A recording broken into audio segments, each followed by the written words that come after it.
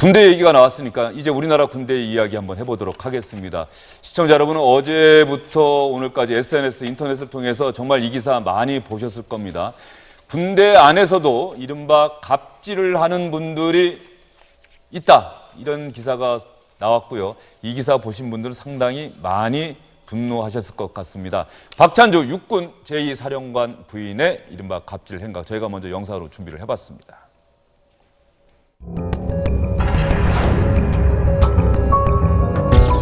그 공관병에게 전자팔찌를 채워 업무와 상관없는 심부름을 이 둘 부부가 시켰고요.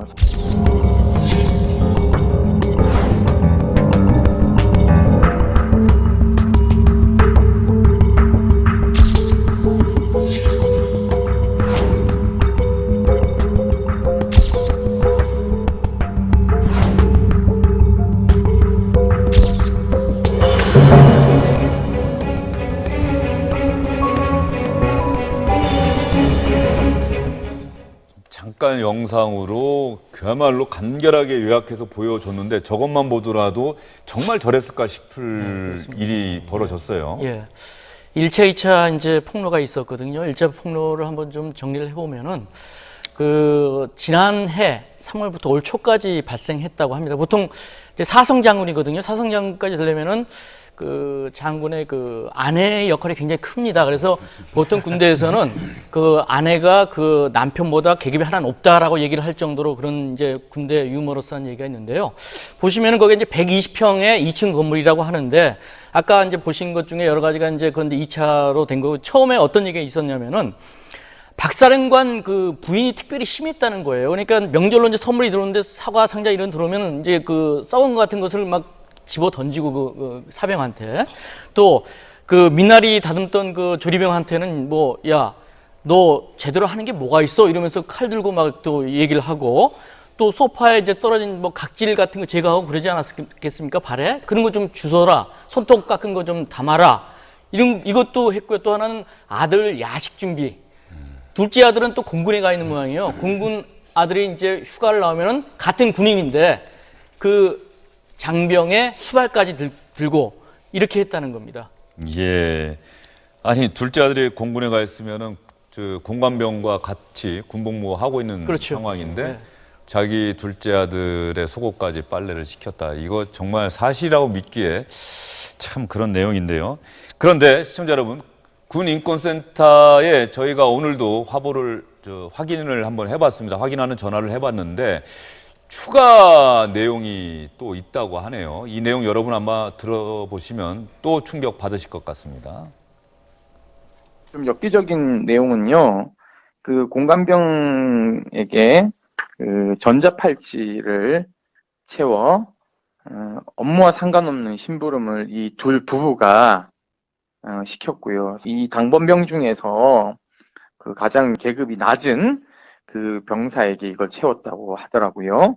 그리고 병사 화장실 사용도 이 둘 부부가 있는 공간에서는 볼일을 못 보게 하고요.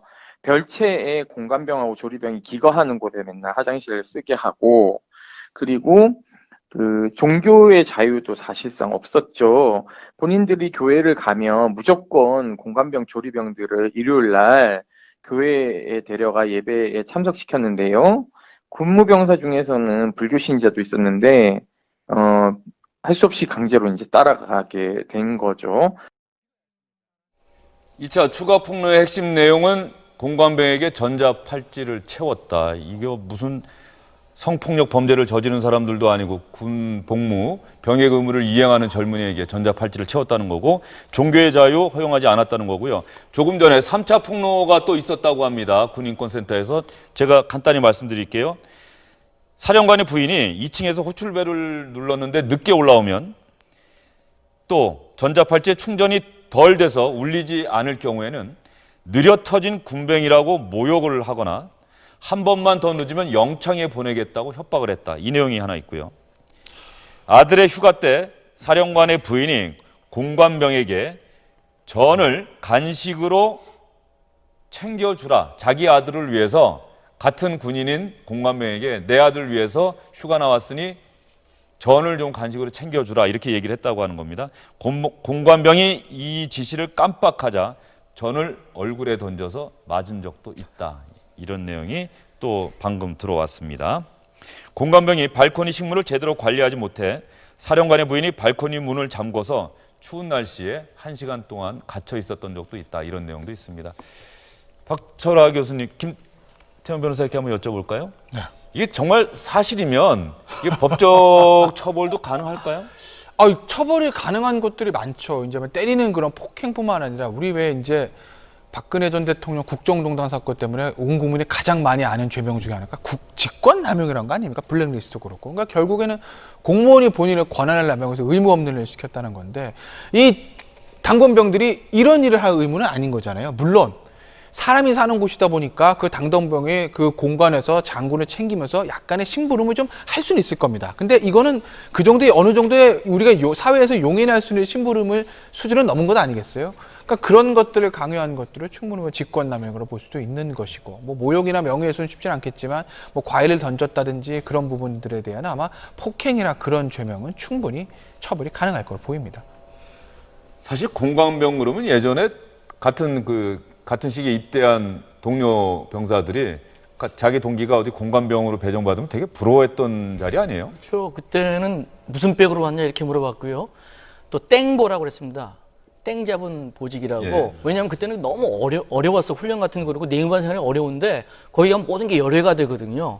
근데 요새 이제 군대가 굉장히 좋아졌고 또 이런 인권적인 의식이 많아지니까 이런 문제들이 이제 슬슬 나오기 시작하는데 내가 볼 때는 상당히 거의 만연된 그런 상황이거든요. 이런 게 사실 군대에서는 계급이 있기 때문에 별 4개 되는 그 상관이 짝대기 한두 개한테 이렇게 시키는데 그거 어떻게 거부를 합니까? 예.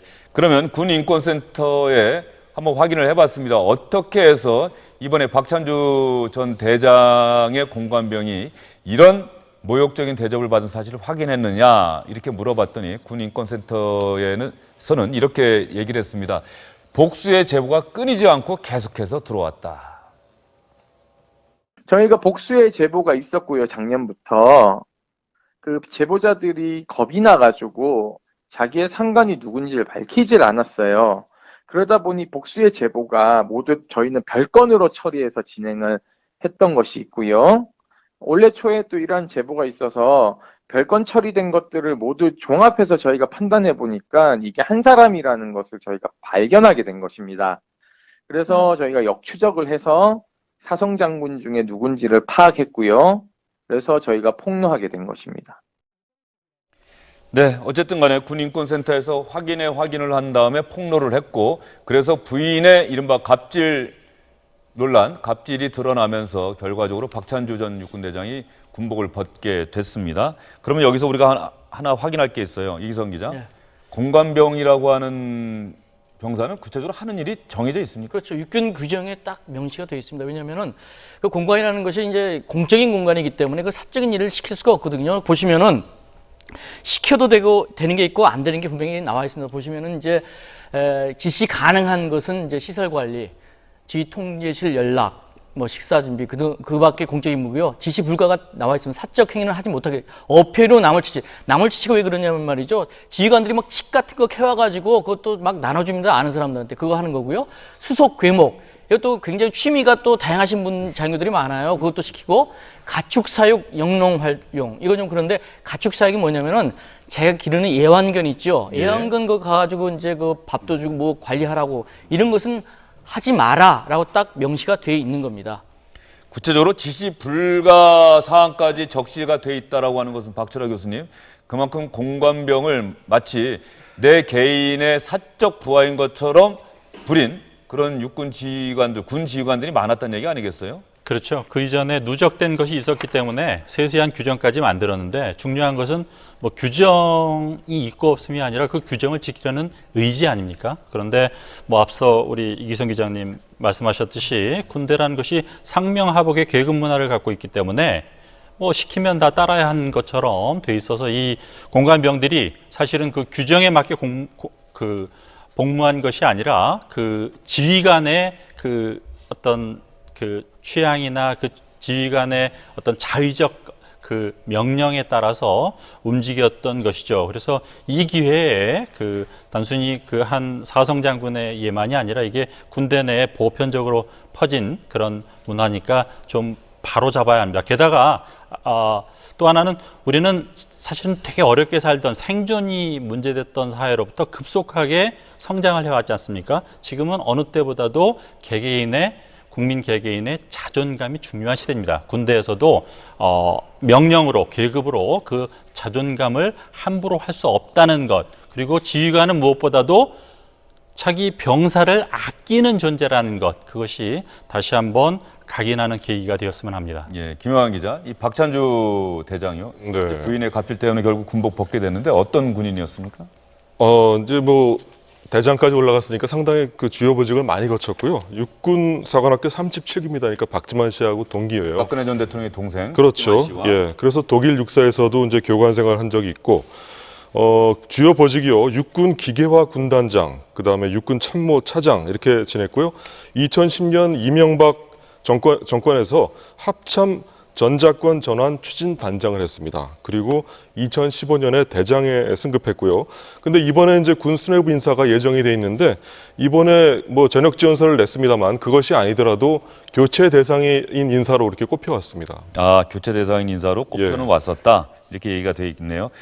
그런데 이 논란, 이른바 갑질 논란 군인권센터에 의해서 폭로가 되고 오늘까지 3차 폭로가 나왔습니다. 국방부에서 상대적으로 발빠르게 대응에 나선 것 같은데요. 국방부 대변인 어떻게 브리핑했는지 한번 들어보시죠. 사실 여부를 조사할 예정입니다. 국방부는 그 조사 결과에 따라 엄정하게 조치할 것이고 공관병 운영 필요성 등 제도 전반을 검토해서 개선 방안을 마련할 것입니다. 국방부는 앞으로 장병 인권을 존중하고 보호하는 데 최선을 다함으로써 본인들도 가고 싶고 또 부모들도 안심하고 보낼 수 있는 병역 문화를 창조해 나가는 데 노력을 경주하겠습니다. 본인들도 가고 싶고 부모들도 안심하고 보낼 수 있는 병역 문화 꼭 만들어야죠. 그런데 자꾸 이런 일 생기면 어떻게 부모들이 또 본인들이 안심하고 보내갈 수 있겠습니까? 방금 전에 국방부에서 추가 브리핑한 내용이 들어온 내용이 있습니다. 전자팔찌는 사실로 조사 결과 사실로 드러난 것 같습니다. 다만 전자팔찌 그러면은 성범죄자한테 채우는 것 같은 느낌이 들어서 이렇게 표현을 좀 하면 어떻겠느냐라고 국방부가 얘기를 했네요. 손목시계용 호출기 정도로 표현을 해달라 이렇게 얘기를 했다고 합니다. 그리고 전을 집어 던졌다 이런 부분들은 앞으로 더 조사를 해봐야 확인할 수 있을 것 같다. 그런데 박찬주 대장의 부인이 그런 얘기를 했다고 하네요. 나의 인권은 어떻게 되는 거냐.